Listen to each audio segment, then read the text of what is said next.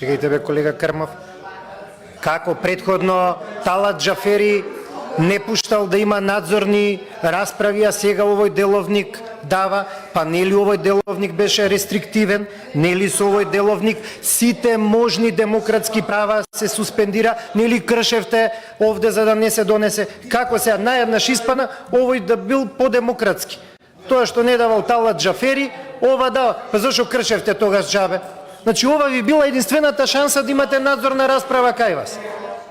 Чудна работа. Јас ја разберам целата оваа нервоза. Целата оваа нервоза е многу проста. Вие рековте две таму супер комисии, не може. Еден супер херој може да има само една супер моќ.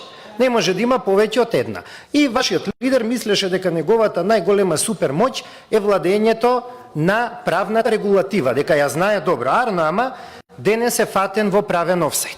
И бидејќи е фатен во правен офсайд, вие сега сте нервозни. И сега вие кога сте фатени во правен офсайд, тоа ви предизвикува нервоза. И јас тоа го разбирам. Ја изгубивте единствената супер моќ, односно ние сме криптонит на вашата супер моќ.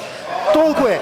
Практично ја немате, а и онака беше лажна. Знаете, суперхероите ги има само во стрипови и поцртани филмови. Тие не се реални.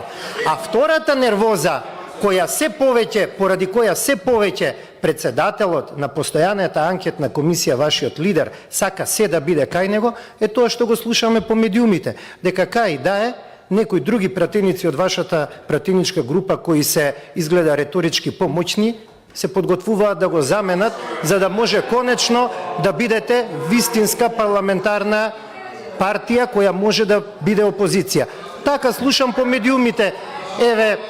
Еве на YouTube така гледам кај еден познат новинар со многу сабскрајбери, како беше тоа, вика познатиот новинар дека за да може некако колегите од левица конечно да пркнат, изгледа немало веќе лидер да биде Димитар Пасиев.